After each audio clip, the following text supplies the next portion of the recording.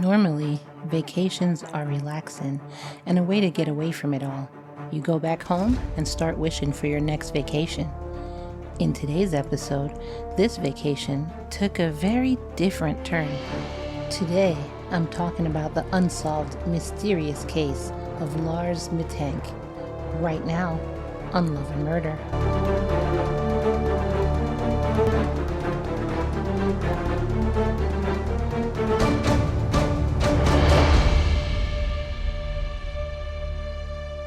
Welcome everyone. Welcome to a new episode of Love and Murder, your weekly true crime podcast discussing relationships gone terribly wrong, where our motto is, you're either someone's last love or their first murder.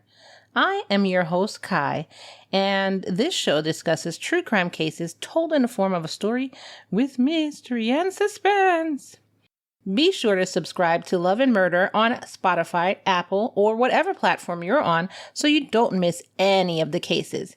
If you didn't know, you can also subscribe on our Patreon so that you don't have to hear an intro or commercials. In today's episode, we're taking a tiny detour from our normal genre, and I'm talking about a case of disappearance and mystery. But first, I wanted to remind you to head on over to our exclusive group at www.patreon.com/loveandmurder. Like I said before, if you don't want an intro or commercials, then this is the best place for you to be. You also get bonuses. Actually, our last bonus was of Shar and I reacting to a video of a police stop where the cops accidentally caught someone they were looking for decades. Actually, now's the best time to join our Patreon as the price will be going up in 1 week. And I'll tell you more at the end of this episode. In the meantime, though, grab your butts, grab your apple juice, and let's get into some Love and Murder. Lars Mittank, born on February 9th, 1986 in Berlin, Germany, was a young man who spent his entire life, now I'm going to try and say this is German word, so don't come for me. He spent his entire life in Schleswig-Holstein. How did I do? About 14.9 miles, which is 24 kilometers north of Hamburg. Lars had a passion for soccer, or football, as the rest of the world calls it, with the team called, here's another German word, Sport Wehren Werder Bremen. I'm sorry, I completely mangled that. That was his favorite sports team. Known for his sense of humor, Lars was the kind of person who would go out of his way to make others laugh and was the person who always kept the peace amongst his friends. You know, everybody has that one friend that doesn't want everybody fighting, so they make sure they keep the peace. So basically, the glue that keeps everybody together. And that was Lars.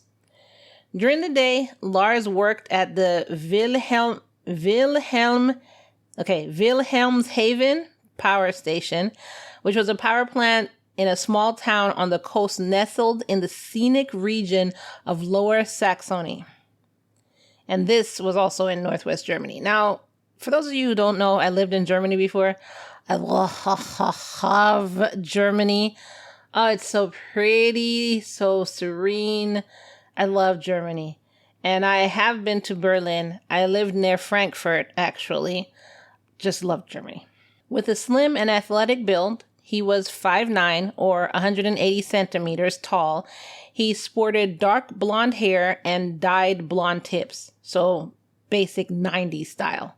And he also has brown eyes. He also has a scar on his left forearm. Now, I know I don't normally go into this much detail about appearance, but just keep listening and you'll understand why I'm doing this. Aside from working, Lars had a really good personal life. He had a circle of close friends who appreciated him for him. He had a loving girlfriend who basically shared in his journey in life. And he had a loving family. Speaking of family, they were a very essential part of his life, and he regularly visited his parents, especially after his father had a stroke. After he finished work, he would go over to his parents' house, ready to help his father or his parents do whatever they needed to get done. He was described by everyone as a down-to-earth guy, and he was just happy with the simple things in life. It just, he was just happy. However, Lars' story took an unexpected turn, leaving behind a trail of unanswered questions and this lingering sense of mystery, which even brought me to this case.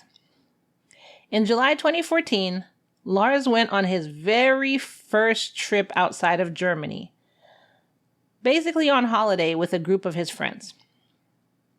They flew to the Bulgarian seaside resort of Golden Sands.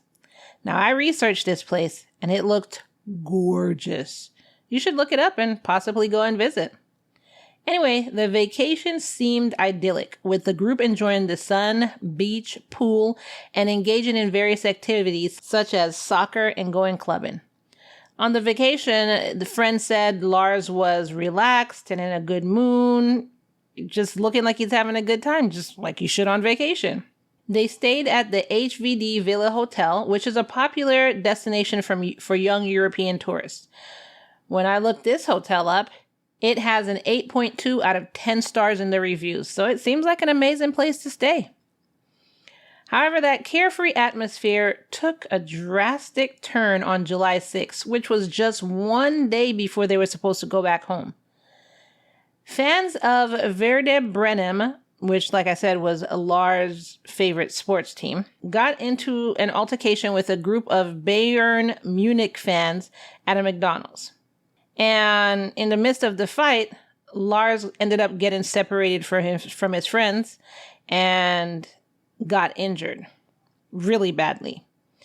He ended up suffering like a blow to the head. They hit him in the head and perforated his eardrum, possibly gave him a concussion, and injured his jaw. This was all one day before they were supposed to go back home. However, even though he was hurt, he went back and rejoined his friends at the resort the following morning.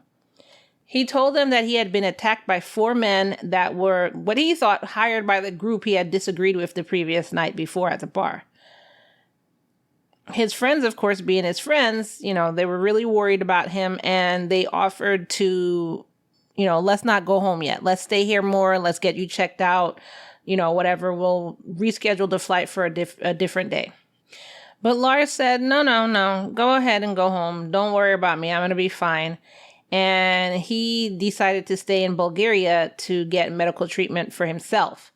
And he ended up being prescribed an antibiotic called cefuroxime 500, which the only reason I could see he had an antibiotic is because he had an infection, maybe from the perforated eardrum. That's weird. And speaking of weird, this is actually where it gets a little weird. As his friends left, they reportedly said he was in a relaxed and a good mood from what they observed. Lars checked into a hotel near the airport, intending to fly back to Germany at a later date. However, it was during this time that Lars began showing strange and erratic behavior, and this ended up causing confusion and concern among the hotel staff and anybody who encountered him, really. According to reports, a health expert had advised Lars against getting on the plane, which is why he ended up staying, because of the potential harm that the different air pressures, the changing in air pressures, could inflict on his injured ear, which I could understand that because if you have a perforated eardrum, when you're going up, you always have to pop your ear. All that pressure is building up in your ear. So I guess somebody with a perforated eardrum, obviously that's not good for them. So at the airport, like I said, he was acting all weird, and the details of how he was acting is kind of sketchy, but witnesses reported seeing him acting paranoid, acting scared of being followed or watched. He was just really erratic, like I said before. And he actually went so far as removing the hotel's CCTV system and getting rid of his personal belongings, including his passport, and, just being overly paranoid. Now, this sounds really familiar to me because I have dealt with somebody that is overly paranoid, but they do have a mental disorder. So let's see what's going on. Hotel staff, being that they were worried about him, found a way to contact his mother. And they told her about what was going on with him. Now, if you looked at surveillance cameras from the hotel, you'll see Lars engaging in this erratic way that we're talking about. And if I could actually find video footage of it, which I'm sure it's all over the internet, I'll have it in our Patreon. The footage revealed him hiding inside the elevator, pacing the hallways anxiously, and then leaving the building at midnight. But then he came back hours later. Then he called his mother at 11:30 p.m. that night and was whispering to her that people were trying to kill him, trying to rob him. And she says he sounded like genuinely afraid and like, I need help right now. I need help right now. So he told his mom to cancel his credit cards, cancel his debit cards. And, this will help whoever's after him not get his money. Sandra Mittank, his mother, recalled the intensity of the call, saying that she could hear, this is how urgent he sounded, she could, quote, hear her son's heart pounding with fear and anxiety. Now, she couldn't really hear that. It's just a saying, but it was just like she could see, she could feel, she could taste, she could hear how anxious and afraid he was. So, of course, being a mother, she got really worried. So after Lars hung up with his mom, he reached out to her again through text message asking about his medication. On July 8th, 2014, in the early hours of the morning, Lars called a taxi that took him to Varna Airport. The young woman who shared the taxi with him noticed his dilated eyes and peculiar behavior, further indicating his troubled state of mind. When he got to the airport, Lars called his mother again, just telling her like he was relieved to be at the airport.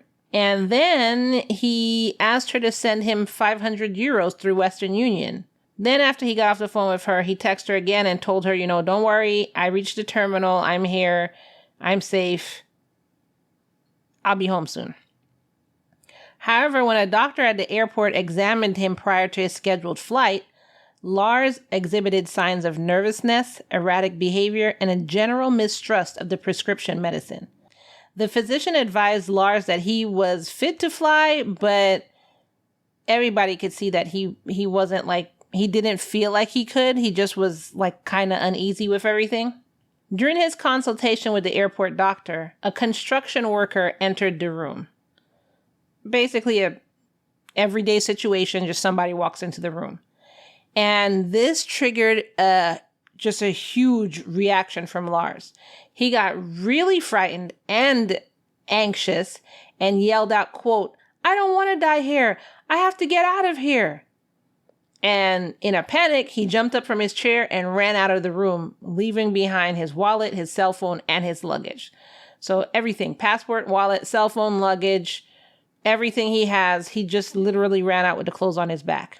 And the last image that we have of Lars is a security camera seeing him as he climbed over a fence. And that's been it. So what do you think happened to him? To me, this is just my opinion, it sounds like the head injury he got didn't properly get treated. I mean, he was completely fine before. There's no history of mental issues in his family. Nobody mentioned him ever acting like this.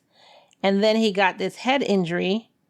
They said possible concussion, but maybe he did get a concussion because all the symptoms he's exhibiting, in my opinion, sounds like schizophrenia.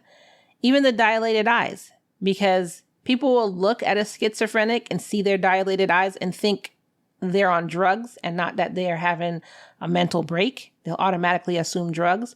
So they do have those dilated pupils too. They act increasingly irrational, paranoid, fearful. Everybody's against them. Throwing away their stuff, just getting rid of all their worldly possessions is a complete characteristic of a paranoid schizophrenic. So to me, that's what it sounds like. Like he got hit in the head and just because of that injury, it knocked something the wrong way and he became schizophrenic 5 years later, in 2019, a truck driver provided a potential lead into his case. He had picked up an unknown hitchhiker in Dresden and drove him to Schildow in Brandenburg-Oberhavel County, just north of Berlin. Then, after becoming aware of the Lars case, the truck driver noticed that the man he had transported resembled an older version of Lars, the missing person picture that he saw. Throughout the years, Lars's mother received messages and photos from various sources worldwide, including one man featuring a man looking like Lars in South America. However, it turned out that that man in the photo was Anton Philippa, a Canadian humanitarian worker who had gone missing 5 years ago. What are the odds? Sandra has endured over 7 years of anguish and uncertainty since her son's disappearance. In her relentless pursuit to find Lars, she enlisted the help of a private detective to search for him in Bulgaria, because that was the last location he was seen. She made multiple appearances on German and Bulgarian TV, using social media platforms like Facebook to spread awareness and search a wider audience. Despite her hopefulness, though, she really doesn't think that she'll find Lars, and if she does, he's probably gonna not be all there. When she thinks of him now, she thinks, he may have gotten really skinny, may have long hair, may have a beard. But I honestly don't think she cares about what he looks like. As long as he's alive, she'll be happy. Now, a lot of conspiracy theories have come about in an attempt to explain what happened to Lars during his last moments. One popular theory says that Lars intentionally sought an opportunity to escape his previous life and start over again. So their proof of this is they look at his good relationships with his loved ones, and they said the friends tried to stay there and he told them to leave. And then he left behind his passport, his phone, and his wallet. So to them, that was a deliberate attempt to sever ties with everybody, his previous identity. Now, I don't think I agree with this, as there was no listed reason as to why he would want to do this. He had a good relationship with his family. He had a good relationship with his friends. He had no debt. He had a good job. Like, literally no documented reason that I could see for this to be a viable theory. So I don't agree with that one. Another possibility is that Lars, during his stay in Bulgaria, he had expressed concerns with his mother about being followed. But again, remember, that was after the head trauma. So some people think that the guys who he fought with at the bar continued to pursue him. And in their theory is that Lars disappeared out of fear for his life. And this could be the explanation why the body has never been found. Now, given Bulgaria's high rates of human trafficking, some believe that Lars may have become victim to human trafficking, forced into various forms of exploitation, and potentially even having his organs removed. That's a possibility that could have happened. It could be both. It could be the paranoid schizophrenia and someone took advantage of that and did this. A third hypothesis considers the role of mental health. My theory, and the one that makes the most sense to me, is that Lars may have been suffering from a mental disorder, such as, like I said, paranoid schizophrenia, which would explain his belief that he was being followed and his fixation on the prescription medicine. People with conditions like paranoid schizophrenia often exhibit distrust towards others and experience delusions of persecution. While, like I said, there was no history of mental illness in Lars's family, it's still possible for conditions to emerge spontaneously. And especially if there's a head trauma suffered one day before he was supposed to leave and then not being properly treated.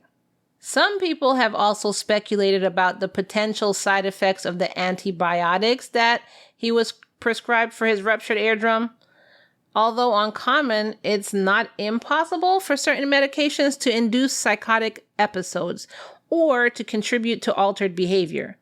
However, when I researched this, the listed side effects of the prescription antibiotics just didn't really go along with what everybody said how Lars was acting. So the side effects include nausea, diaper rash. Pretty sure he didn't have diaper rash. Diarrhea, vomiting, dizziness, swelling of the face, kidney problems, yeast infection, and an allergic reaction. None of which anybody reported him having a yeast infection. So, and finally, another theory is Lars's friends and their potential involvement in drug-related activities. Some theories suggest that Lars's friends, not Lars himself, but his friends, may have been involved in drug smuggling. This theory states that Lars stayed in Bulgaria as a form of insurance. Then his friends left and, they just thought their whole spot had been blown up. If this was the case, then Lars's sudden departure from the airport without his stuff could be attributed to his fear of arrest and the belief that his friends had been caught too. I don't think that's the case. It's funny how much noise starts going right when you decide to record. Somebody's now mowing their lawn. I don't know if y'all can hear it in the microphone, but if you can, I apologize. People decided to mow their lawn right now. To this day, people from around the world continue to share missing person flyers and come up with theories as to what happened to Lars. And the whole goal of all of this, even me, is to help get him found, bring him back home to his family and friends, or at least give them closure. Despite extensive investigations by Germany's Federal Criminal Police Office, to this day, no one has found neither him or concrete evidence of what happened to him, leaving behind a huge void in the lives of his loved ones. The airport security video capturing his last known sighting has circulated the internet, gaining millions of views and making Lars a wildly recognized figure. He was actually coined, quote, the most famous person on YouTube. I did not know that. Various individuals, whether driven by genuine sightings or unfounded speculations, continue to claim that they have seen Lars in different parts of the world. There's actually a Facebook group called Find Lars Mittank that I went to with 41,000 followers and regular posts. Actually, I haven't seen a post since last year, so I don't know if they gave up or what happened. In Germany, more than 10,000 people are usually listed as missing at any given moment. On March 1st in 2020, the Federal Criminal Police Office had 11,500 missing person cases, 200 to 300 new cases being added daily, and just as many being solved and getting deleted. So remember I gave you his physical description in the beginning? This is why. Lars was last seen wearing jean shorts, white shoes, and a yellow tee. As I said before, he's about 5'9", 180 centimeters, and as of his disappearance, he was 185 to 187 pounds, which is 85 kilos. He's considered, quote, endangered missing and could be disoriented, in psychosis, or even have memory loss.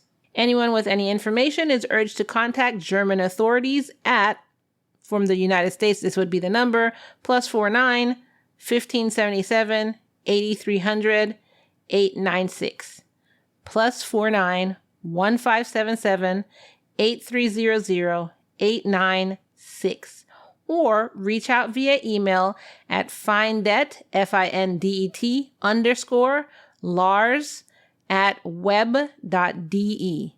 Now, this case actually reminds me of a collab episode I did with Weird Horizon podcast last year. And that was about Elisa Lam. Do y'all remember her? It was episode 47, if you want to go back and listen to it and hear what we had to each say. All of us had our own theories about that also, so, it's a good listen. And that is the mystery behind the disappearance of Lars Mittank. What do you think about this case? Do you think this happened because of getting hit in the head? Or do you think it's something else? Like, do you agree with the other theories? I would love to hear your thoughts. And you have 3 ways of sharing them with me. Number 1, you can tell me in the comments below. Number 2, you can join the LaM Facebook group, which is free and a welcoming group where you can discuss cases with the rest of the LaMs. Number 3, you can join the exclusive LaM community here at www.patreon.com/loveandmurder. Right now, we have options starting at only $1 a month. Speaking of which, let's talk about this update that I've been teasing for like the past 2 weeks. So the first thing I wanted to talk about when it came to the update was that our episodes are going back to normal soon. And I say our because I include y'all in everything. So it's our show. Our episodes are going back to normal. This summer, I just didn't expect it to be like this. So that's why you've been having shorter cases and everything like that. This is actually my first summer being a solo podcaster. And so I'm still learning. And next year, I'll be even more prepared for the summer. So thank you for your patience with that. You could also join our newsletter. I've had a newsletter, but I wasn't using it, but I am restarting it. So you can join our newsletter. And when you do, even if you join now or if you join later, I'm actually putting together a special episode just for those who join. So if you're already part of our newsletter or you joined before I got the episode together, I'm still going to resend the episode to everyone who's already there. And then anybody new who joins, you'll join and get that very special episode.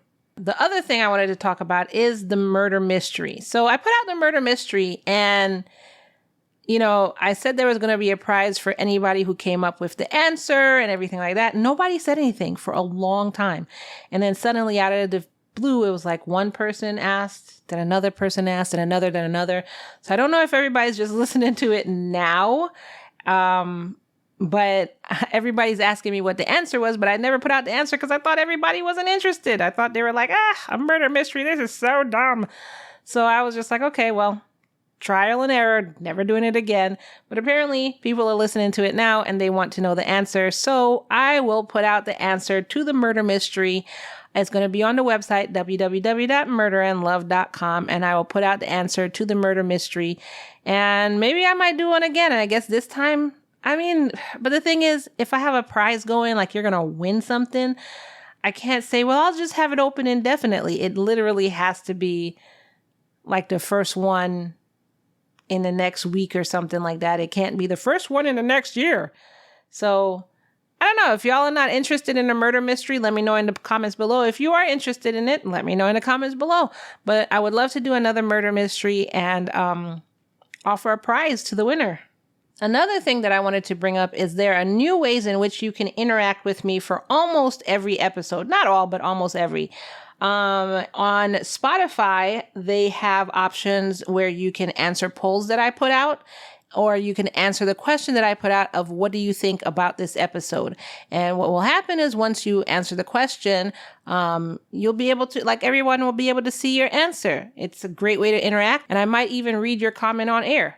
If you don't want to do it on Spotify, I do ask these same questions in our Patreon. So if you're in our Patreon, then you get the opportunity to interact there as well. Patreon.com/loveandmurder. And speaking of Patreon, as I've been teasing, the price is going up because as I'm being told, what I'm offering for that price is crazy. So in about a week, the price is going up. So for commercial-free episodes where you get no commercials, you get no intro, we get right into the episode. You also get all the bonuses for from the episode. So pictures of the people, the murderer, the victim, anybody else. I really don't share pictures of kids, so you're probably not going to get that.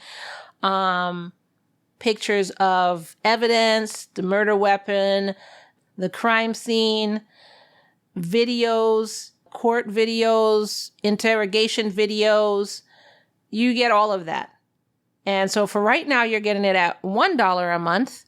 So if you get in before the price goes up, you'll be grandfathered in at the $1 a month. However, in a week, the price is going up to $3 a month.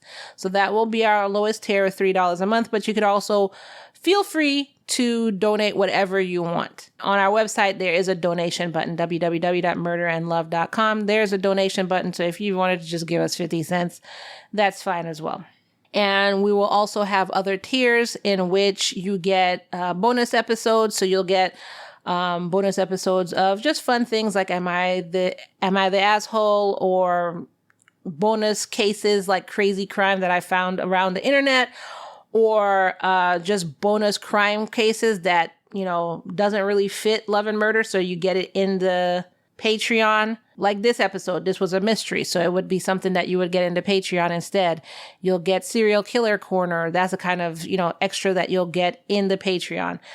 You'll also get, depending on what tier you pick, you'll get monthly video reactions episodes with Shar and I. So Shar's here. She's here once a month. You'll get monthly video reaction episodes with Shar and I.